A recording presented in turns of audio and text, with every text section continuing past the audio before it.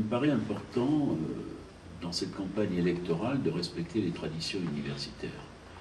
Il ne s'agit pas d'une campagne électorale assimilable à une élection politique, au conseil municipal ou à la présidence de la République, etc. On est ici dans un cadre universitaire où nous avons à faire respecter une éthique, une déontologie, une démocratie universitaire dans laquelle ce ne sont pas des propos démagogiques ou insultants qui vont convaincre notre communauté.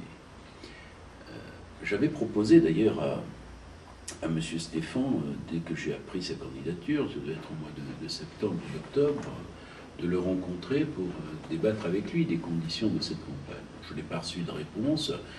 Je sais qu'il a rencontré beaucoup d'autres personnes, mais en tout cas, moi, je ne l'ai pas vu. Et donc, du coup, sa candidature, et c'est dommage d'ailleurs, je le regrette pour lui, apparaît un peu comme une candidature portée par d'autres personnes qui sont supposées avoir une revanche à prendre. Je ne sais pas quelle revanche, mais qui ont...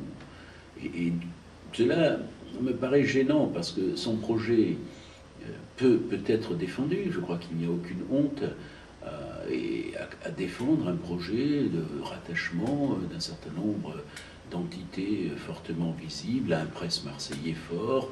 Il y a une logique derrière tout ça. Le problème n'est pas de ridiculiser des projets. Il s'agit simplement qu'ils soient bien portés à la connaissance de notre communauté universitaire et que nos collègues puissent, le moment venu, se prononcer sur des vrais projets alternatifs et pas sur des critiques subalternes.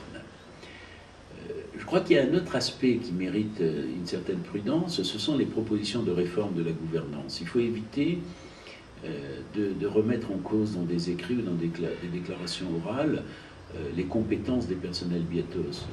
C'est un processus difficile. Nous, on a identifié, il faut un an et demi pour identifier. Ça fait 2 ans et demi que nous nous faisons accompagner par un expert en management public de réputation internationale qui a conduit les transformations d'entités très, très grandes. Et si on avait des solutions miracles, cela se saurait.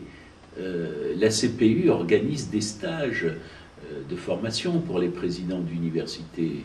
On connaît, on a identifié les problèmes, on sait là où ça coince. Effectivement, on a ouvert beaucoup de projets, beaucoup de débats, et la machine a tendance à être un peu remuée dans cette période. Mais les choses avancent. On a identifié les problèmes et méthodiquement, on est en train de régler.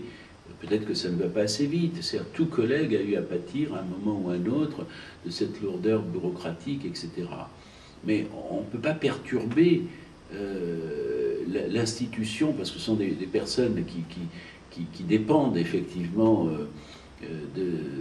des enseignants-chercheurs d'une certaine manière dans la gouvernance de l'université, et on ne peut pas les perturber par des déclarations dont on sait qu'elles n'ont pas une vraie capacité à être réalisée comme ça par des mesures qui ont un caractère pas très... qui n'a pas de... Bon, je ne veux pas employer des mots trop durs, mais ça ne tient pas la route, disons. Hein. C'est autre chose qu'il faudrait comme proposition pour travailler sur la gouvernance.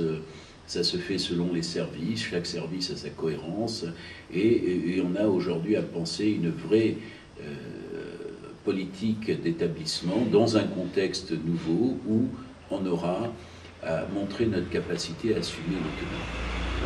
Voilà ce que je souhaitais dire aujourd'hui sur le sens et le ton et le style que je souhaiterais que cette campagne ait. Merci.